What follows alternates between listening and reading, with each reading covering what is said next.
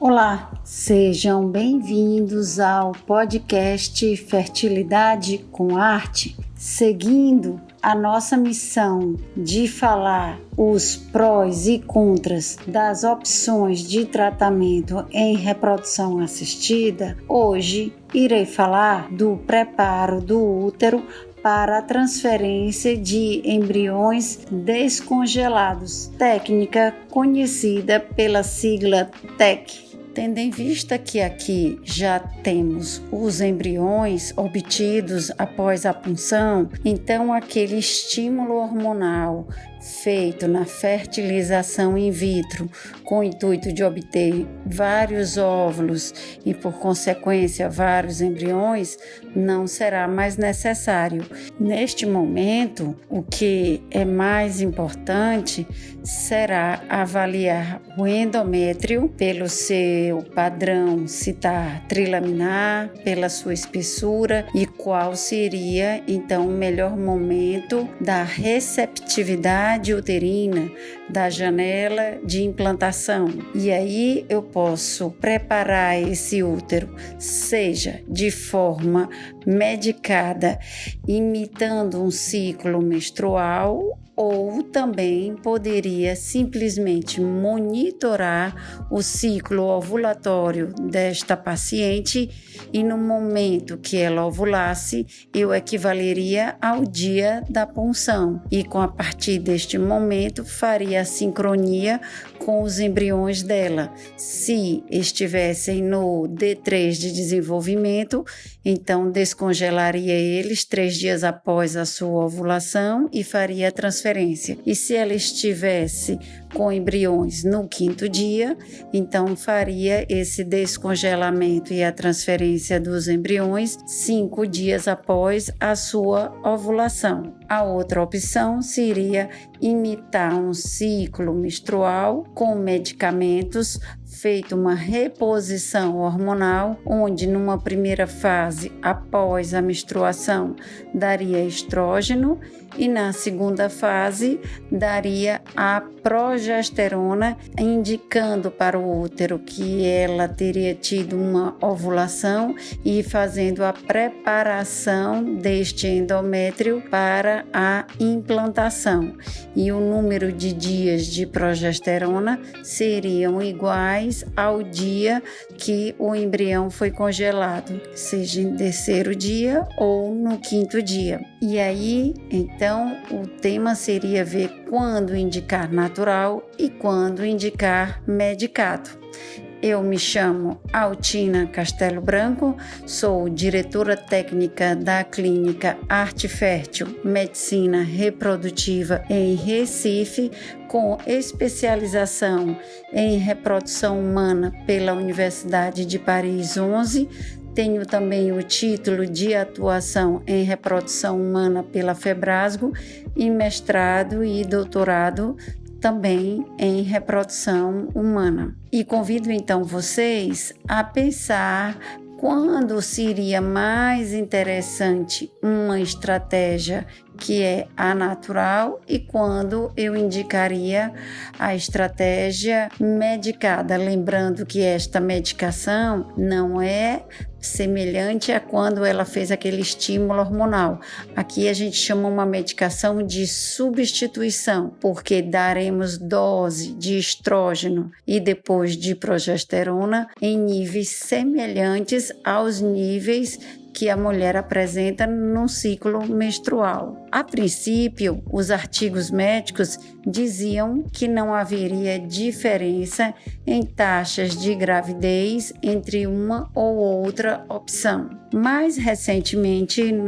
há uns 2 anos atrás, no Congresso Brasileiro, foi apresentado já alguns trabalhos que vêm mostrando evidências sugerindo uma leve melhora na taxa de gravidez no ciclo natural, somado também a uma pequena queda na taxa de aborto, tendo em vista que no ciclo natural ela vai ter corpo lúteo. Então, o risco desses níveis de progesterona ficarem baixos e ela ter sangramento e aborto por insuficiência lútea serão menores, pois ela produzirá progesterona e normalmente também já fazemos um reforço de progesterona desde antes da transferência dos embriões. É interessante também pensar que no ciclo natural seria mais fisiológico e que uma vez que essa mulher ovule,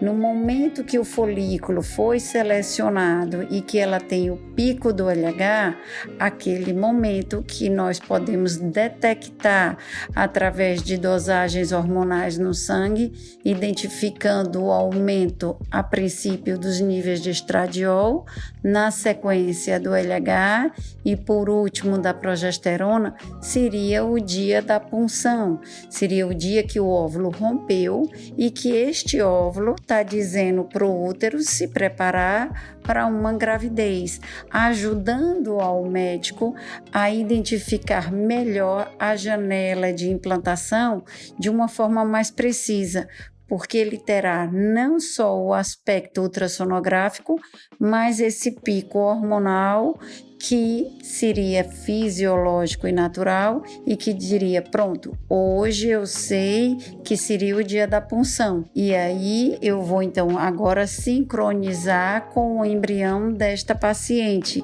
que foi obtido 5 dias depois da punção e congelado. Então, 5 dias depois, eu descongelaria os embriões e faria a transferência ao útero desta paciente. Porém, algumas mulheres apresentam ciclos menstruais irregulares, ou elas podem ter cistos de endometriose, que nós chamamos endometriomas grandes, que dificultam a monitorização dessa ovulação, ou aquelas mesmo que moram longe, no interior, e que não teriam condições de estarem vindo à clínica de reprodução a cada 2, 3 dias para identificar esse pico ovulatório. E o estresse e as viagens para fazer esse acompanhamento talvez gerasse um efeito mais deletério do que positivo, porque sem dúvida também é importante estarmos bem para que tudo funcione. E também naquelas que já são receptoras de óvulos, que já não ovulam mais. Nesses casos, pensamos sim em fazer um ciclo medicado de substituição, porque procuraríamos de uma maneira mais próxima do fisiológico, dar de início uma dose menor de estradiol, que é quando o folículo ainda está pequeno, e aos poucos aumentando os níveis de estrogênio, para que o útero perceba como se ela já tivesse um folículo dominante, e quando esse endométrio atingisse uma espessura em torno de 10 milímetros trilaminar, aí diríamos para esse útero que ela ovulou, iniciando a progesterona. E aí faríamos a sincronia do útero com o embrião,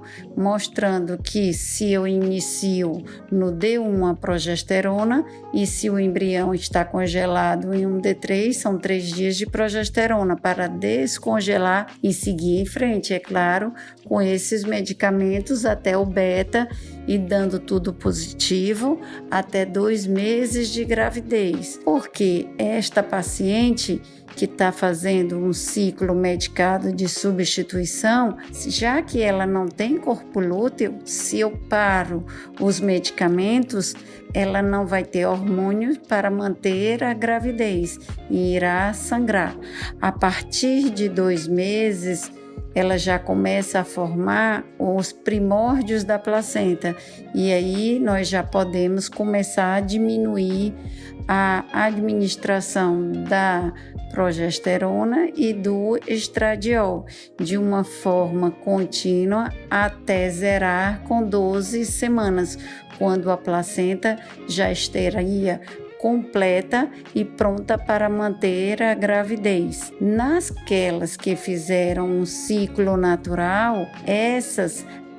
não precisaria fazer essa reposição, mas mesmo assim, na maioria das vezes eu faço, porque mesmo a mulher, quando engravida naturalmente em casa, às vezes ela tem sangramentos por uma insuficiência lútea. Então, fazemos esse reforço. Mas aí dá mais tranquilidade, porque eu sei que ela está produzindo e que nós estamos apenas fazendo um complemento, diminuindo os riscos de aborto por insuficiência hormonal de estradiol ou progesterona. Além disso, é importante a gente pensar que cada organismo é único. E isso eu friso muitos em todos os nossos podcasts. Eu já tive pacientes que a gente tentou num ciclo natural e não deu certo, e aí fizemos no medicado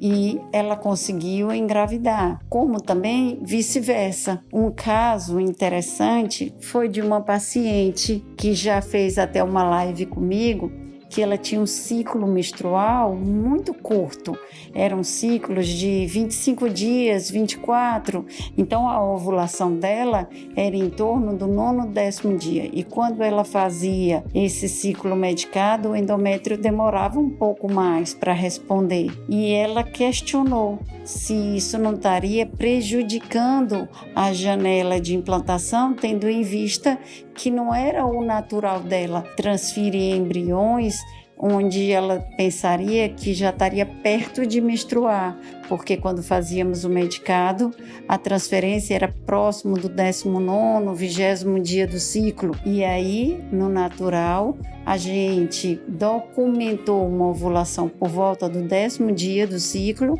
ela transferiu no 17º, e engravidou. E aí a gente vê que tem que individualizar. E por isso é que cada vez mais na reprodução falamos da taxa cumulativa. Conseguir na fertilização in vitro, onde obtemos os embriões a frescos, cada vez mais óvulos para conseguir mais embriões, porque assim, numa única punção, se conseguirmos os 6 embriões, eu poderia tentar estratégias diferentes para ver qual seria melhor para aquela paciente. Se seria transferir embriões a fresco, porque nem todos os embriões resistem bem ao descongelamento, ou se ela se daria melhor com descongelamento, onde teria um útero mais receptivo, porque talvez os embriões dela sejam mais resistentes, mas a janela de implantação dessa paciente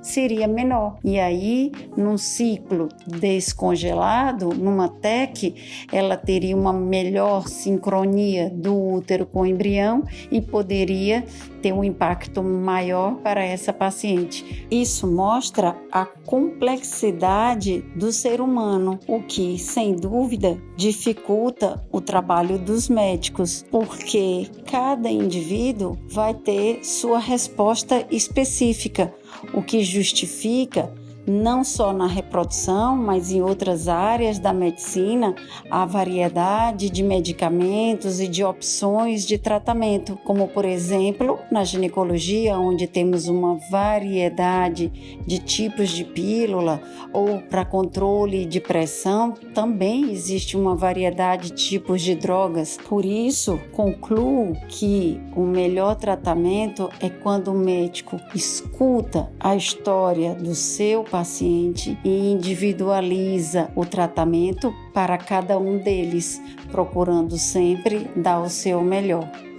Eu agradeço a todos os nossos seguidores nas redes sociais, seja pelo nosso site artefertil.com.br ou no nosso Instagram, artefértil.reprodução humana. E aguardo vocês no nosso próximo podcast Fertilidade com Arte, a arte de quem ama o que faz. Um abraço a todas.